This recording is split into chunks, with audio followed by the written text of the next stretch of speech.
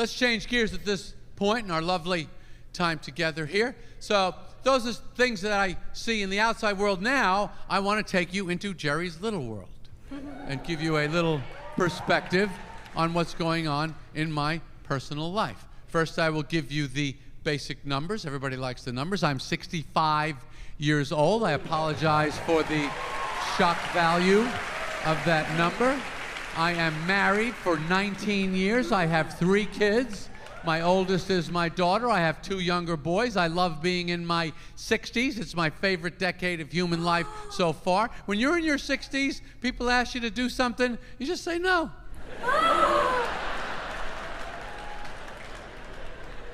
No reason, no excuse, no explanation. I can't wait for my 70s. I don't even think I'll answer. I've seen those people. You just wave when you're in your 70s. Hey, you want to check out that flea market?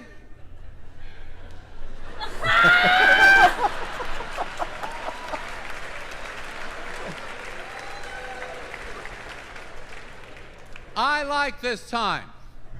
It's relaxing.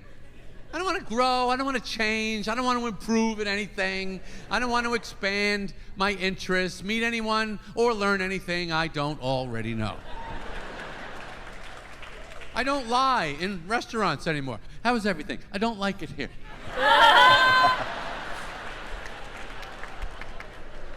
Would you like to check? No, I intend to press charges. This is outrageous.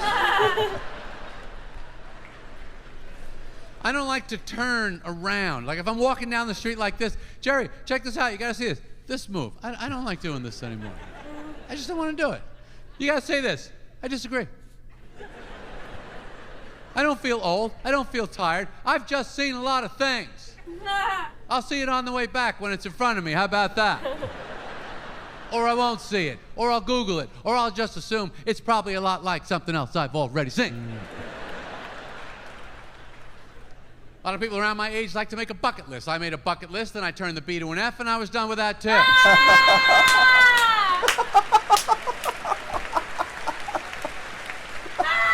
I just want you to have that option.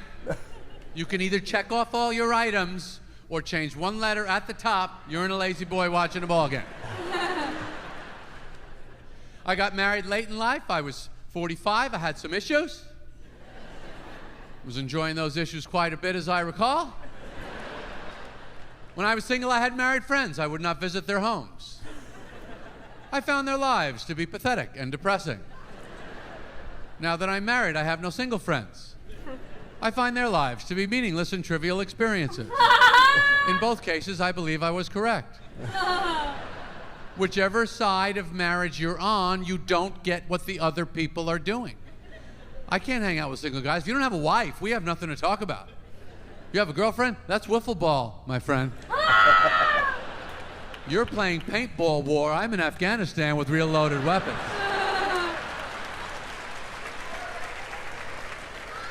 Married guys play with full clips and live rounds.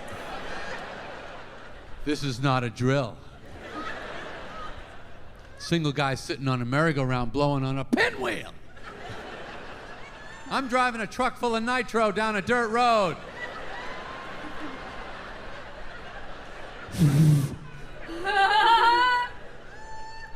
You single guys here tonight looking at me, hey, Jerry, what if I want to be a married guy like you? What do I got to have if I want to be a married guy?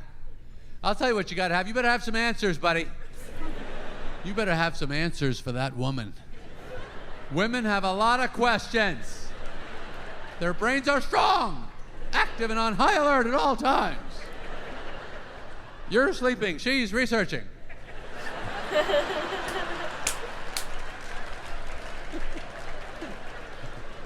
The female brain is cooking all the time. The female brain is one of the most competent and capable organs in all of the biological universe. Girl power. You're goddamn right. There's nothing the female brain cannot do. It will solve all problems of Earth and life.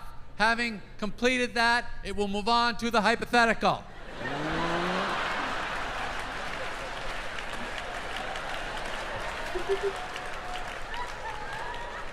Theoretical situations. that may or may not occur. The female needs to know how you might respond. If you faked your own death and I found out about it, what would you say then? Hypothetical. What are we talking about now? Oh, I dreamt the whole thing last night, so don't deny it. Being married is like being on a game show and you're always in the lightning round. I went out and bought a game show podium. I set it up in my living room. I wake up in the morning. I stand behind the podium, try and answer all my wife's questions and get on with the goddamn day. I got a hand button clicker. I'll take movies I think we saw together for 200. My wife, of course, is the returning champion from last week. I'll take details of a 10-minute conversation we had at 3 o'clock in the morning 8 years ago.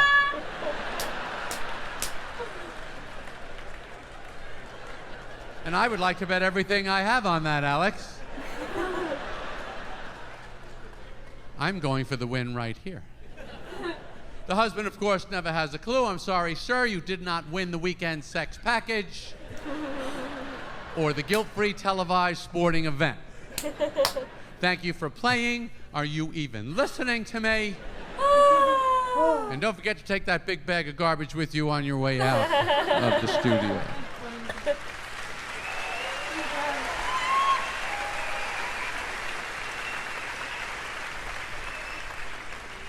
One of the things I did not know before I got married, that I found out after I got married, is that every single day of my married life, I would be discussing the tone in my voice. I was not aware, as a single man, that I so often speak in the incorrect tone. I thought it was a marriage. Apparently, it's a musical. I walk around the house, one of those round black Glee Club things. How about that one?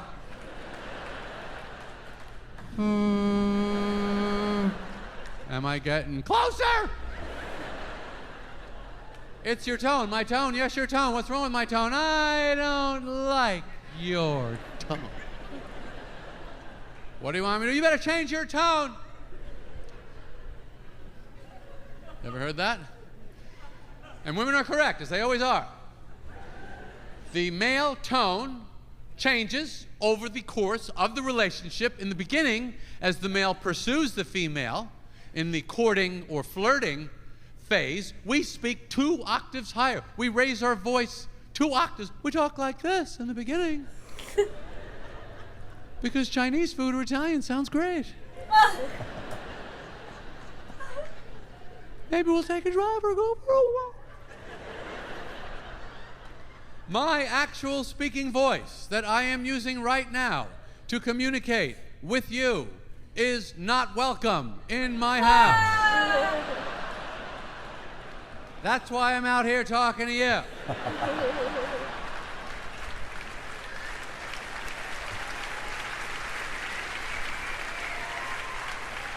Do you think that I talk like this in my house with this authority? The little edge in my voice, you think I speak like that in my house? I do not. If I walked into my own house, which I paid for, by the way, not relevant, just wanted to mention it. If I said, like this, if I said, I gotta get something to eat. If I said it like that, first of all, any guy I know would say, eat whatever the hell you want. I don't care what you eat. Any woman will say, why are you yelling at me? I'm not yelling. I'm just hungry. And then the fight breaks out. And when the fight breaks out, now you're whitewater kayaking. You got a plastic helmet on, you're going under, you're popping up, just keep paddling. That's when the woman's tone of voice changes. Yes, the women are included in this too. All women at some point in every argument with the man like to imitate the voice of the man. in the amazing organizational system that women have, they have all somehow worked out to do the same impression. You always say, oh no, I can't do things like that. That's not what I said I was going to do. You said I might go. You say definitely go. Oh, I don't think that I feel comfortable. You go, oh, wait, your friends. We go with your friends, not like my friends. My friends, you say, oh, I don't think that I could feel. Who the hell is this guy? Where did you see this guy? I never heard anyone talk like this. That's because you don't hear yourself. You should hear how you sound. You go, oh, I don't. It reminds me of that Lollipop Guild guy. Just, oh, the Lollipop Guild.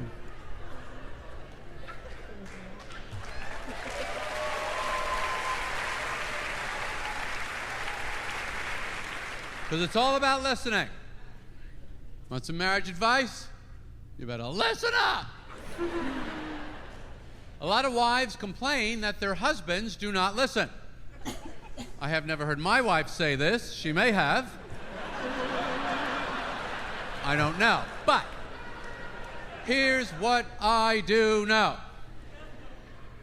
Ladies, your husband wants to make you happy. He's working on it. He's planning it. He's thinking about it every second. He cannot do it. He cannot do it. He does not know how to do it. Sometimes we do it, we don't know how we did it. We can't ask, what did I do? Yeah. That looks like you don't know what you're doing. Yeah, totally. Can't do nothing. Woman says, I can't believe you're doing this. Man says, doing what? Woman starts crying. Man says, I didn't do anything. Woman says, exactly. Got him. So it's a bit of a chess game, isn't it? Except the board is flowing water. And all the chess pieces are made of smoke.